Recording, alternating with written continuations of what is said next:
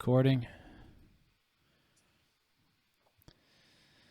And we're live. Welcome back to episode 33 of the RINO podcast. A lot to cover this evening, Kaitlin. It's a Wednesday night, not a Sunday morning. How are you doing? Doing okay, Jeff. It was a beautiful day outside today. I was in my office all day, Oh. working. One of those days did when I left work. I was like, "Oh, it is gorgeous out," and I'm getting a sore throat. It's not the COVID. I know it, and even if it was, I'm vaccinated, so I'm fine. So that's it. We'll see. I'm keeping my throat from getting sore with the best beer of the year. This is the Sam Adams Oktoberfest. Mm. It's the best. It tastes the best. It's the best tasting beer of the year, hands down. I look forward to it like in September, but it needs to cool off enough, and now it's like the crisp fall air, so it does. It's the perfect time to have one. And I mean, I'm finally drinking a beer on the podcast. What is it? Explain what you have. So Ommegang, I think it was like 2 or 3 years ago, did a rosé beer. You know, because like kind of a basic bitch, but not super basic. But is it a wine infused beer? It's a blend of wine, barrel aged farmhouse ales. Really? Fermented with Chardonnay grape juice. So they just went like this, and they just poured it all in a bucket, and yeah, it tastes good.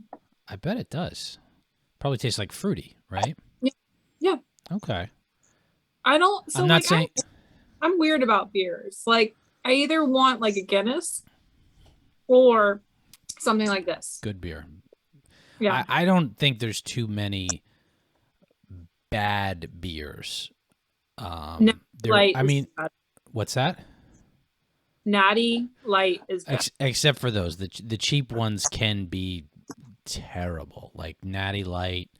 I don't know what they had where you went to school in Kentucky, but by us we had a lot of. Well, you're close to Missouri, so you probably got a lot of the Anheuser-Busch products. Like Busch was a step up from Natty Light because you didn't even buy Budweiser. And Budweiser was like, hey, you're living large. But there was a Hamm's. Did you ever hear of Hamm's beer? No. I mean, Natty Light is really popular in the South because it's cheap and the frat get it. Yeah. There was a lot of New York State beers like Genesee, like it's up in Genesee, Jenny Ice. I mean, Ommegang is in New York. I got this. And the worst one I ever had was American. It was just called American beer. It was terrible. It was the worst piss water you've ever. It was swill. It was just oh God. It wasn't even worth the cheap price it was. It was just because it was that bad. But you get a nice frosty Busch beer when you're in college and cheap. But ever since then, ever since I actually made even a couple dollars, you get some quality, at least bare minimum Bud Light. So yes, enjoy this while it lasts. This podcast is sponsored by Sam Adams Oktoberfest. I went to Trader Joe's. I went to Trader Joe's today, and it was completely filled with pumpkin stuff. My wife likes the pumpkin beer. It's okay. I'm not a big particular fan of it, but I don't need pumpkin infused. Are you pumpkin spice basic bitch or no?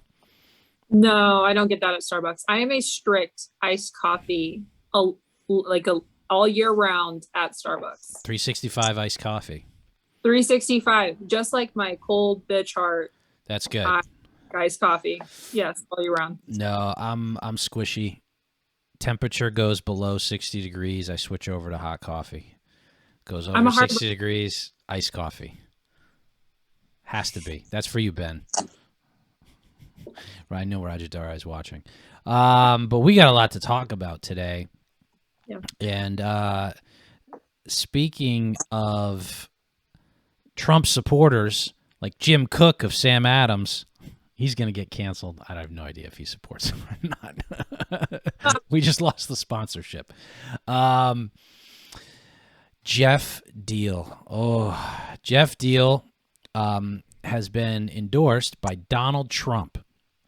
And before we get into the endorsement and the implications or lack thereof of this endorsement, a curious thing happened yesterday.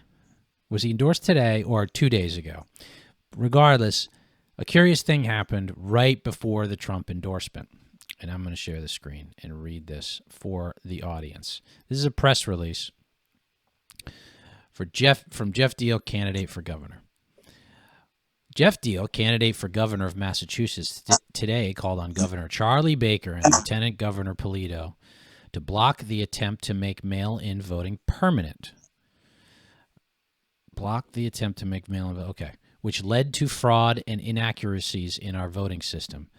I haven't heard of any of those in Massachusetts, but okay. There are recorded cases in Pennsylvania and, some Arizona and the places you heard about it, but okay. He also called on the Baker-Polito. I'm sorry, I'm reading this poorly. He also called on Baker-Polito to publicly support the ballot initiative for voter ID requirement to vote in our state elections. Quote, here's the good one. Sadly, it has become clear as the audit results from Arizona, Georgia, and Pennsylvania have come to light that the 2020 election was rigged. We cannot allow mail-in voting, which does not protect the chain of custody of the ballots, to continue. Now, I must say one thing. I don't disagree with the conclusions, but boy, oh boy, did he throw that 2020 was rigged thing in there for a curious purpose, Kaitlin, wouldn't you say?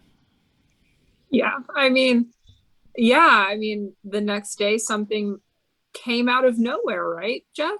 I mean, like, who knew? Was it the next day or was it the day, like 2 days after? I mean, it was like 24 hours later, something happened after the statement came out. Wow. And I don't disagree with like voter ID. Okay. Like I actually completely agree with like the public polling on this, and I support the initiative. But I don't agree that the 2020 election was rigged, because we now know that it's not. The 2020 election was not rigged. There were problems with mail-in voting. Yeah. And I would agree that there's problems and there's inaccuracies, but it was not rigged. And real important part here, the audits took place in Arizona, Georgia, Pennsylvania.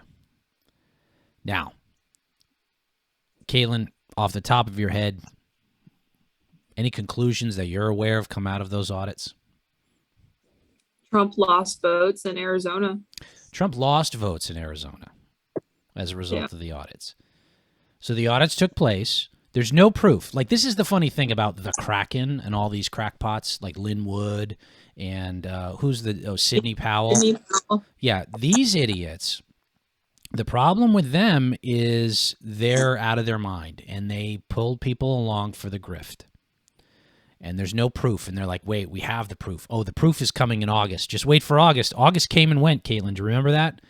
Remember in July, just wait for August. It's coming in August. And then before that, they're going to release the Kraken. www.kraken.com. No, nothing happened. Nothing happened. They just keep stringing you along so that they can take more of your money and work the grift harder. Yeah. And it's a real shame, because if you remember when Jeff appeared on Jim Browdy's show a while back, do you remember what he said that we were all surprised? We were both surprised by. No, what was it? Do you remember? I was actually you and I were against this. He supported a congressional investigation into the January 6th riots. Oh, that's right. Yeah. This went against directly what if you're a heavy duty Trumper, you do not want like this to be dragged out and brought up over and over again, which is exactly what the Democrats wanted to do.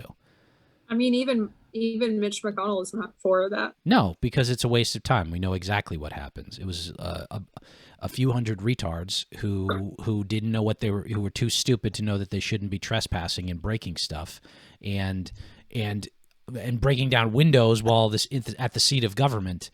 And yeah, if you do those kinds of things, you're liable to get shot, and rightfully so. And I think, anybody does that, left side or right side, you should get shot. So moving on from that, but if we go back to this press release, so Geoff now totally does a complete 180 about against, being in favor of the January 6th congressional investigation. Now says 2020 was rigged, offers no proof. There's no proof out there. I'm waiting for the proof. Sidney Powell and Lynn Wood said 2 million votes were switched. We have the proof. Everybody waited. They took it to court, and it was never allowed to be released in court. Okay, release it to the public. We're all here. Show me the proof. I'm smart. I'm smart enough to go over any kind of computer data dump. I know this stuff very well. Put it on a website, Kraken.com. Nothing. Yeah. Not boo. Because they don't have proof. Because it's all a grift. And now we can get into the parts about the Trump endorsement and what that means. Because Howie Carr wrote an article today, and boy, it was it was desperate. It would just reeked of desperation. This is going to make Jeff's candidacy will make Howie a lot of money. This is for the AM talk radio audience, that fatso cooner, and to make that crowd feel good for a minute, get mad at Governor Baker, but in the end accomplish nothing except line the pockets of AM talk radio. That's it. That's what's going on. Even in the article, Howie barely said Jeff has a chance in the primary. This is sad, and it's what's happening when you don't protect the party and get good party leadership in place. So well, did you read the Howie Carr article, and what do you think of the Trump endorsement? I did not read the Howie Carr article because I rarely read Howie Carr. Right. Well, I rarely read him as well. There's not unless I am forced to, I don't. The endorsement itself, when I read it, I laughed and then I was kind of pissed. Nothing is going to come from this other than forcing a primary, which I think is really stupid. My concern is him peeling off conservative voters that are mad at Charlie Baker. So it's actually going to force his primary and Baker to spend money here instead of spending money on the general. We don't know who's running on the Democratic side. It's probably Maura Healey. I don't know who else is going to do. I can't stand Maura Healey. I would really like for Charlie Baker to be governor again, because a lot of red state R's don't really understand that in blue states, when we have a Republican governor in, their only role is to be the stopper against insanity. Okay? Yeah. When you force a primary with someone who is not going to win, you are essentially giving the middle finger to the rest of your party. Like, it should be united. We should not be forcing a primary in a blue state with a popular governor or Republican governor. We just shouldn't. I mean, it's politically stupid, in my personal opinion. It just makes no sense. It's a waste of time and money. And there's no principle to it. There's no principle. No, it's a grift. It's a grift. It's an absolute grift. Jeff is a two-time loser in his bids for higher office. State Senate, he lost. United States Senate, he lost. He's going to lose this primary again. He's going to lose it. I hope Governor Baker wins, and I hope he beats him. Just to beat him, for the sake of even running. Because why would you punch? I don't understand the point of punching right at this point. Like, you're not going to win. And you're splintering the party more than it needs to be right now. There does not need to be this division. And if this, but the thing about it, Jeff, is if this is their last hurrah, this primary with Jeff and Baker, this is the current Mass GOP's last hurrah, and trying to attempt power, and they lose it, you're done. I don't know what else to say to you. Like, you're going to have to, at that point, meet to the middle. The party leadership of, well, it's primarily Jim Lyons, and now I think a minority of the Republican State Committee, barely a minority. It's like 41-39, who probably wouldn't support Jim at this point, that are seated on the committee. Yeah, this'll grind out. We're barely collecting any money. We're keeping the lights on. There's maybe anywhere from, you look at the books, it's 50 to 70K a month that they just barely squeak by to manage to make payroll and keep the lights on. We're not involved in any local elections that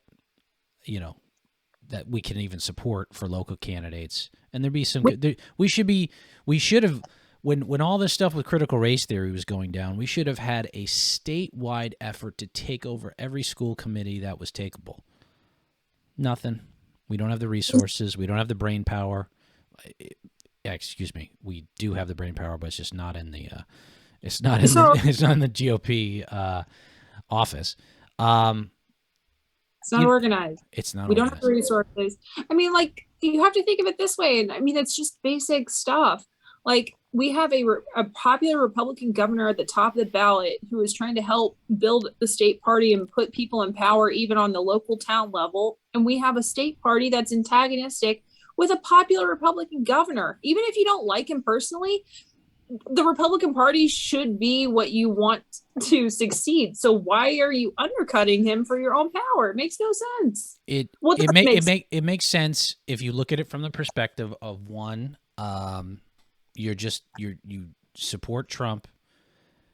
Trump hates Baker. Baker not particularly fond of Trump. And this is all payback and petty personal politics. Then it makes perfect sense, and it's actual, and it is what it is. This is Trump. Trump did this to tweak Baker. And by the way, this is Wednesday. This will be forgotten about. Sorry, like, we were moving forward from this. Baker was has been doing awesome with the COVID. He's been kind of holding the line on not being crazy on COVID regulations going into this fall. I mean, you might be pissed about maybe some masks in schools, that's fine, but at the same time, he is not implementing statewide ordinances and all of this stuff again. I mean, come on. At some point, you got to let it go. And even in Trump's endorsement, it was like, he's like, crime is out of control, and the collapse of the MBTA, and I'm like, none of this happened. This didn't take place. MBTA, what are you talking about? Like, I mean, if anything, he's dramatically improved the MBTA, right, through the oversight board that he set up, and it's just like, didn't they get parts for the Orange Line? They did. Those are from China, which aren't really good. There's problems with that, but they did get new cars. But yeah, no, it's look. This will be. We're broadcasting this and recording this on Wednesday. This will be forgotten about by Friday. Yeah. And we're 11 months away. No, wait a minute. Yeah, from the primary, we're 11 months away, less than a year. You think this is going to matter next summer? No. No. This is how it breaks down. And Baker did have he did have a decent funding month recently. Oh yeah, he'll turn on the spigot if he wants to run. But I don't know. I mean, look, you've been doing it for 8 years. Do you have more to finish up? Maybe. Look, I can tell you right now, I don't have confidence in if Baker decides not to run, I don't have confidence in the potential candidates that I've heard of running. I'm just going to say that, okay? And that definitely, we've talked about Geoff Diehl. I have zero confidence in that. But the others that are possible, we got to start looking around. Hopefully, a few years from now, maybe that'll change. But anyway, this needs to be taken seriously. And we've said this on the show before. It is not like we can just flip a switch and get another Republican governor elected in 5 years if we lose this time around, or if Baker decides not to run. It could be 8 years of Maura Healey. Like, that's a real possibility. And after that, it could be, I don't know, Governor Mike Connolly or Joe Curtatone, like real, it could get bad. We can California, Massachusetts, just like that. It can happen. So I know everybody thinks they're so cute and they're so funny and fucking cool and smart, and they all know Massachusetts politics. But when you're doing this kind of stuff, you don't know shit. Because I like living here. I like this state. Okay? It's not the best politically, of course, not by a long shot, but it's not New York and it's not California. And we don't need to turn it into that by fucking around with this nonsense. And even the Democrats with a brain get this. And they work behind the scenes with Baker to squash any of the real nutty stuff. The nutty stuff is lids off if Maura Healey gets in. Sonia Chang Diaz, she gets in, lid is off. Like, forget about it. You will the taxes will be jacked up. Businesses will be scared away. Infrastructure will fall apart. Crime will go up. It's a recipe. You guys know the recipe. You're watching it unfold all over the country where it's blue up and down every lever of power. I mean, look at the California recall. Okay, like we need to be really honest about this. Okay, California GOP is trying to build back their party. They took some House seats in 2020 and the OC back that went for Hillary. Michelle Steele's seat, Young Kim was elected. Mark Garcia kept his seat. Which they were not forecasted to win. Okay. They were close seats. So it was, Gavin Newsom had to go through a recall, but instead of putting in a candidate who could actually beat him, they put in Larry Elder. And while I agree with Larry Elder on a multitude of things, he's also an entertainer, and kind of Trump style, but like, I mean, it became a referendum on his clownishness compared to what Gavin Newsom's actual policies are. And that's why he lost. The big part of this, if you're a first-time candidate, even I ran 9 years ago. Okay, I didn't know anything about running a campaign. You could know policy backwards and forwards and know. And be well-versed in all of the issues of the day. And I could agree with somebody 100% on whatever those issues are. But if you've never run a campaign, it's a daunting task. And you don't know what you're doing until you do it. And then, right. Or you've been a part of other campaigns, and after I ran, I was, helped out other campaigns and, helped run the Young Republicans and helped out other campaigns. You get a feel for it, what the intricacies are of it. And that's an important piece, like for any candidate for office to know the functional operations of actual politics. And one thing I want to go on to, oh God, I had it on the tip of my tongue, but now I forgot it. But one more thing on the Baker-Polito, administration perhaps coming to an end if he doesn't run again. Crap, I forgot it. I forgot what I was going to say. This is why you got to write these things down. Anyway, it's a bad idea. We're not going to go anywhere with this with Geoff Diehl. Oh, I hear what it is. The campaign. If the campaign, I just remembered. Okay. It is early October of 2021. Convention will take place in probably April, maybe March of next year. Mm-hmm. That's about 6-7 months. In order to perform well at convention, you have to get delegates. Okay? You have to have delegates just show up at the convention. That work needs to happen now. You need to be identifying people, getting them to their Republican town committees, getting them to be a part, getting them to be signed up, all that stuff. Because Jim Lyons is going to pull shenanigans and try to keep everybody that he can off of being a legitimate delegate. If you are supposed to be a legitimate delegate, you got to get on that now. So the campaign apparatus needs to start that now. You got 6 months to get that fully operational. That's fine. You wait till the end of the year and try to start this up in January. He'll make 15% and he'll make the ballot. That'll be fine, but he could actually lose the convention. So find people, get them engaged, get them ready to fight. Let's fight this out. But you can't, and hell, you can call me. I'll be happy to help run this thing because it'll be fun. It'll be fun. I want to beat him. I want to beat Jeff at convention. But it won't happen if you sit on your asses and don't do it now. So that's the message from me. Yeah, Charlie. All right. Well, they know how to get in touch with me. Next up, Columbus Day has been abolished by acting mayor, not elected mayor, Kim Janey of Boston. I guess, is this like a last-minute pardon of what a mayor can do before she gets, leaves office? I mean, this is just like a sop to the woke crowd. Huh? Why the hell would you? It's a complete card to the woke progressives. And I don't think that like Indigenous Peoples Day is a bad thing. I just think that putting it coinciding with maybe Columbus Day is not always. I think it should have its own day. Columbus. So what are your thoughts on Columbus? Because my absolute thoughts on Christopher Columbus. Yeah, I think okay. Let me say my entire spiel here because I've done this multiple times in the last like week. History is complicated. The history is typically written by the victors. And it is very complicated. I don't prescribe to the Howard Zinn version of history, that good versus evil, like ultimately good versus evil. I just don't prescribe to that because you have to look at historical facts and you have to objectively look at everything and take it with maybe a grain of salt and then some nuance, right?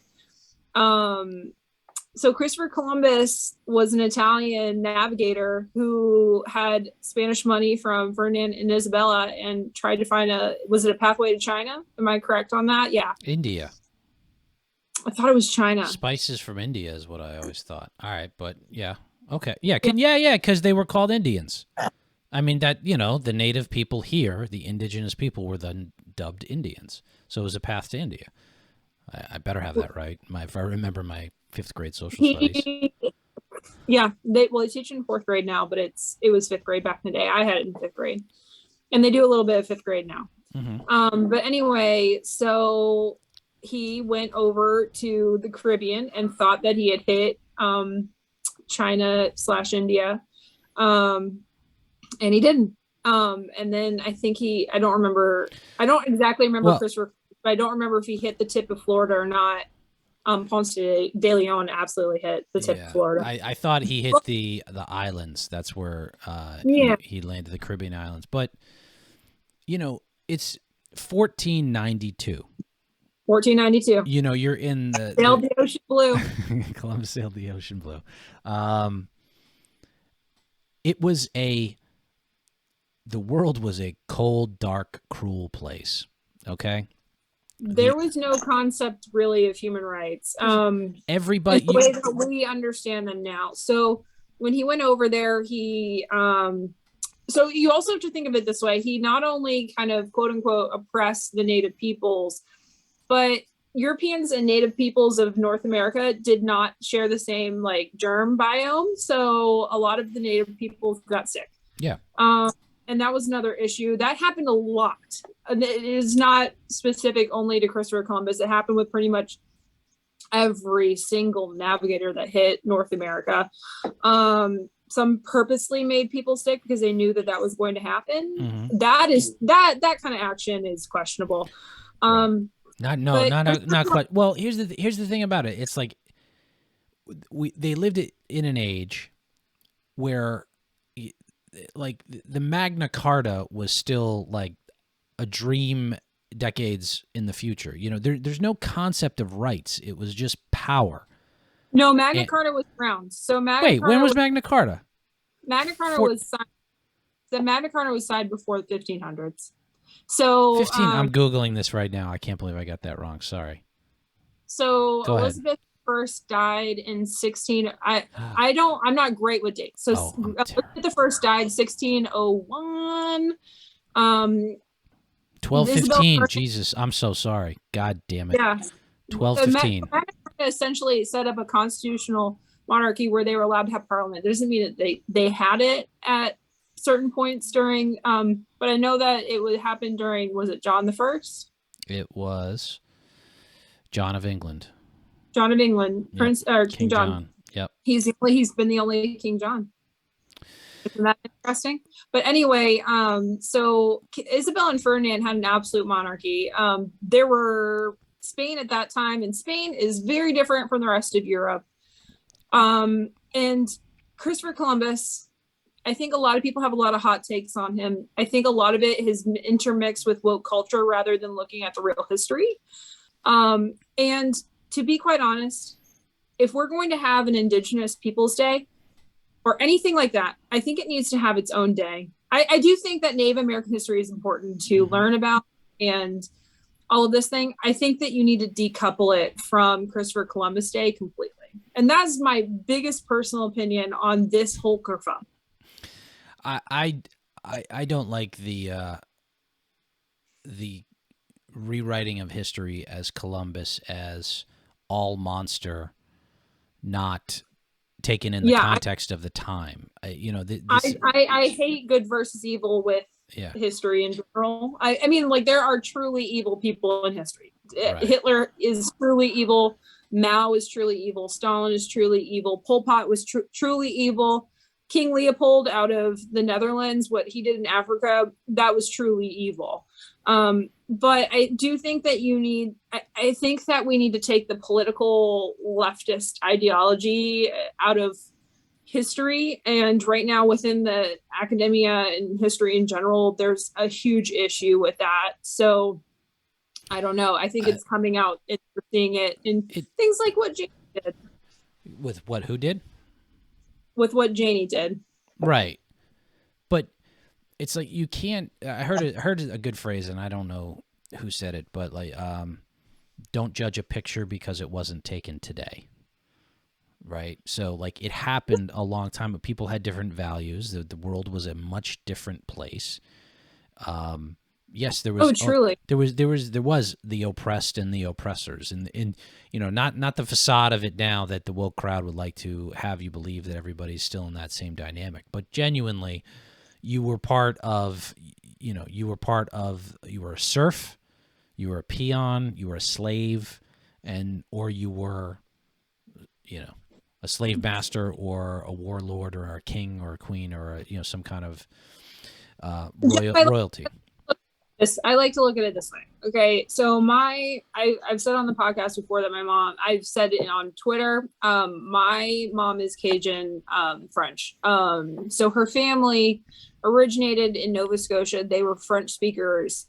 My mom grew up speaking French. Her family was personally kicked out by the British in Nova Scotia, and they were starved out of their area. I hold no animosity to the Brits of today. They don't deserve that burden. And you can talk about things that happen, and you can do it in smart and intelligent ways where you're not trying to do collective guilt. And I think a lot of woke culture tries to do collective guilt in very detrimental ways that rip at the social fabric within our society. And I don't think that that's a positive thing at all. It doesn't make people think, it just divides. Well, the concept of equality, the concepts that we do tend to agree on, that civilization and has been brought about by thinkers, were represented by Western civilization, by what Columbus brought to the New World, right? So what Columbus did, well, one, it did take some balls to sail across the ocean. Two, he was representing an actual civilization, right? That had, he was Italian representing Spain, but yes, to conquer and plunder. But at the same time, the world wasn't viewed as, well, let's just all get along and they're people too. It was just constant war, there's no entertainment. There's no TV. It was religion, and where you brought your religion because you observed the world around you, and where there was civilization and life and culture and all of these things that Western civilization had, was part of what your identity was, and your job was to go spread that across the world to the people that didn't have it, and that was just what happened. Because being back then was a luxury. What's that? Being literate. Not everybody was literate then. No. So at that time, like if you were like a peon, I say this in the nicest way possible. If you're a peon, you belong to your church, your pastor, your priest preached to you, you couldn't read.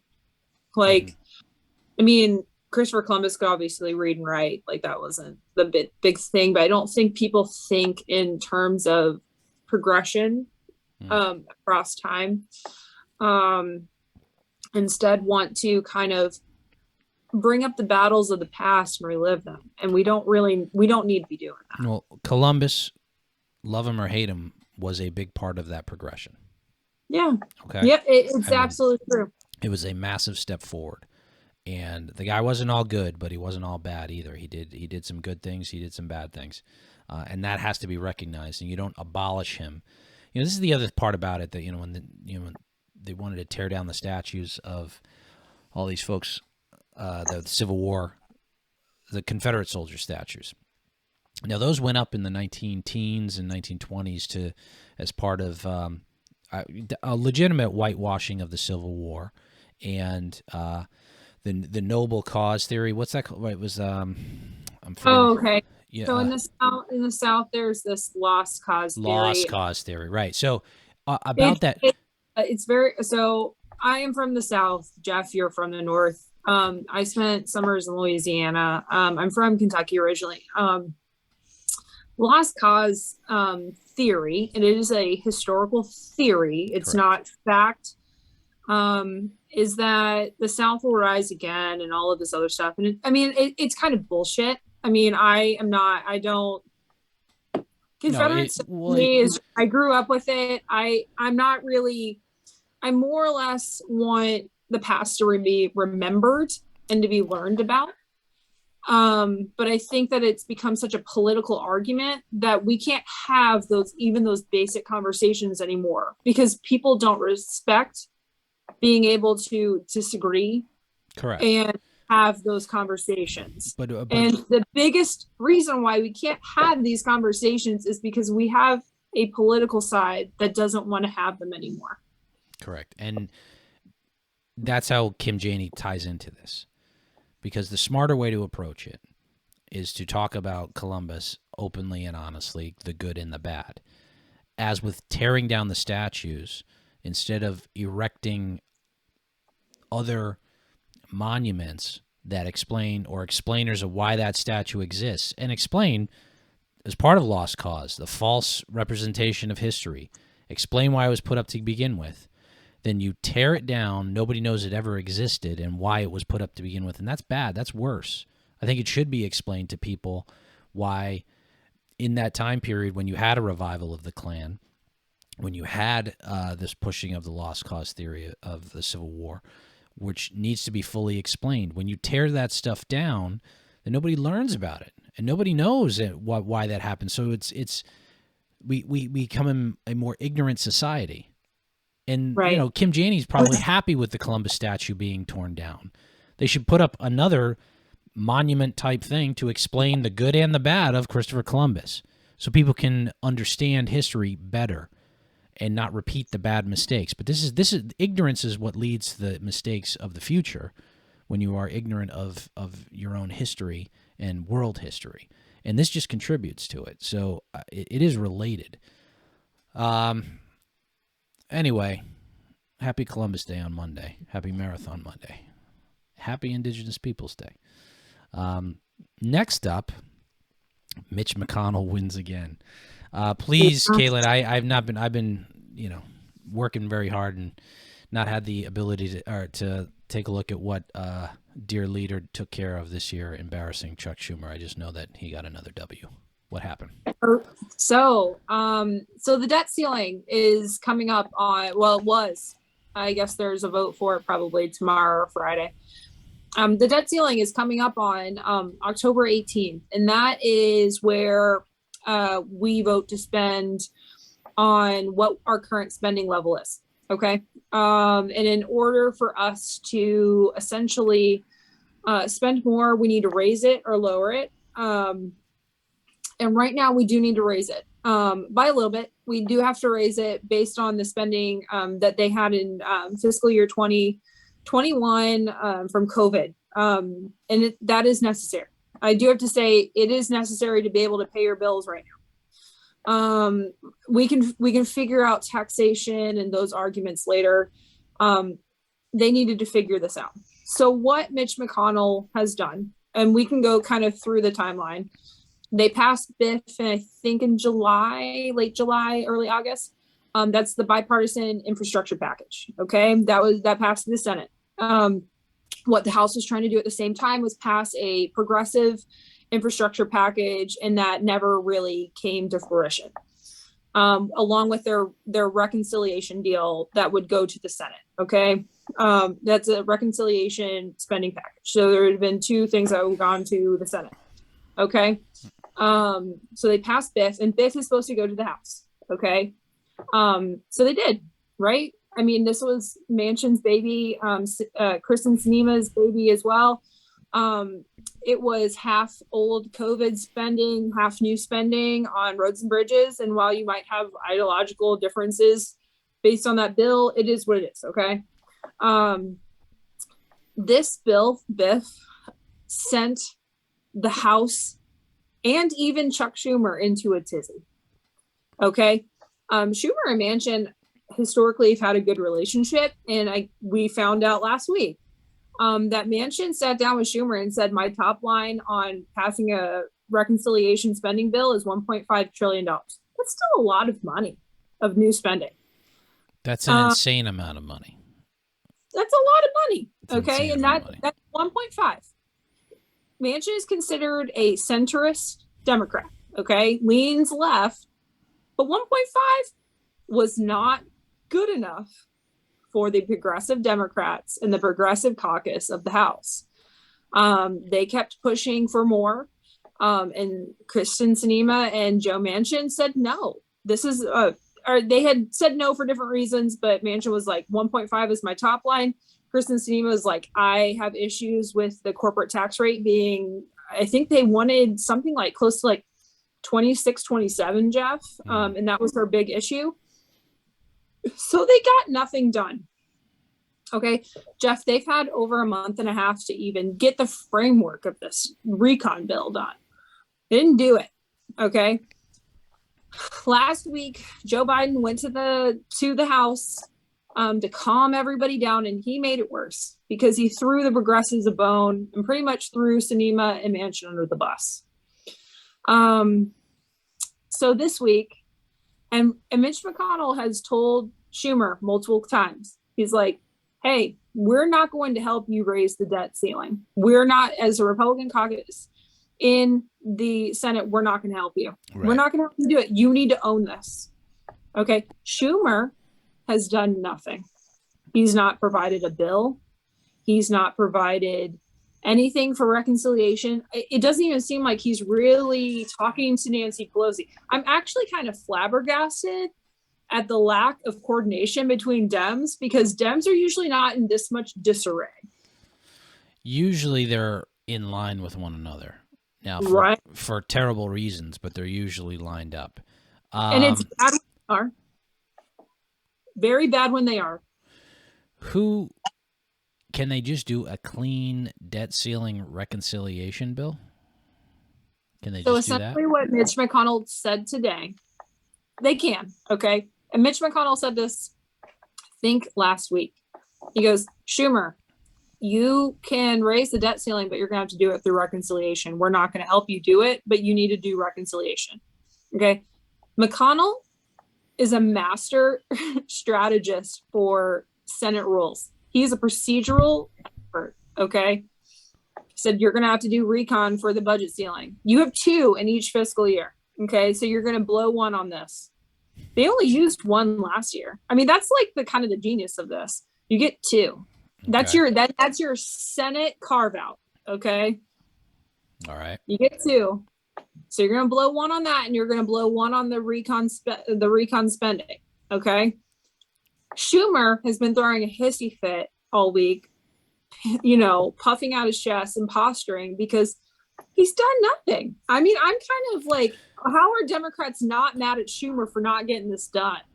So it would, if he uses up 1 on the debt ceiling, is he trying to combine it with the other with the other reconciliation bill, so they only have to do one and get the they can't. BIF. They can't do it. They can't do it. Well, hopefully they can't do any of it, and it all just fades into the ether.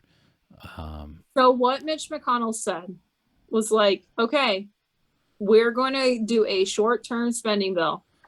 You have until early December to get this done. We're going to throw you a bone, Chuck Schumer.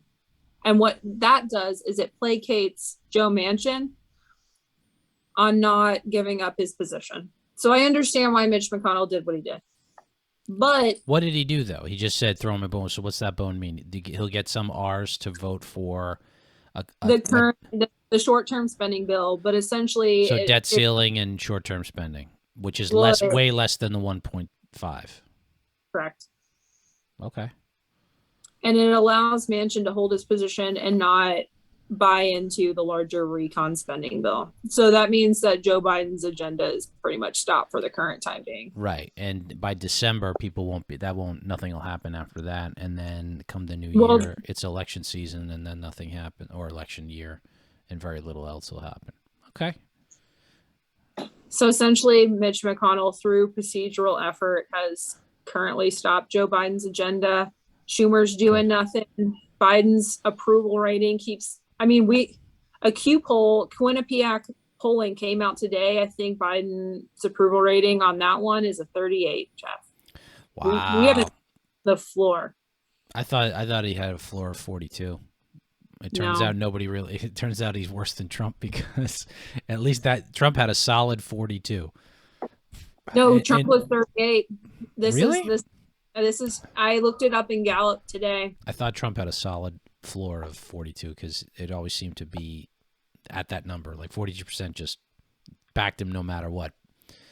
But the House generic polling has come out, and it's now siding with Republicans, and that is what's scaring the shit out of Dems. Yeah, I'm telling you, they have no idea. This is every talking head in media, every lib who is like still wants to put masks on everybody, wants to force vaccine mandates, wants this pandemic to continue, wants to ignore the science just for their own feelings.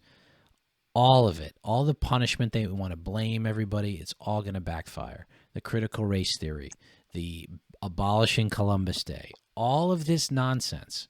Meanwhile, we're having a legitimate crisis at the border. Crime is skyrocketing. That's scary. Yeah, murder rates at an all-time high, or 20-year high, something like that. 20-year high. Yeah. This is progressivism in action. This is what happens. This is what you get.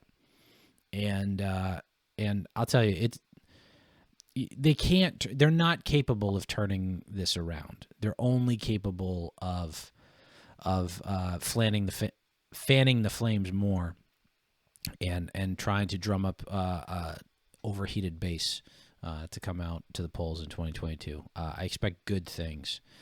And the Democratic base can keep, running Kirsten Sinema into the bathroom. I mean, if she's going to hold the line while you all do that stupid fucking behavior, then allow it to happen. I mean, something's got to break here. Like, you don't get to chase her into a public bathroom. I mean, what the hell? That's part of it. That's just another death of 1,000 cuts. Kind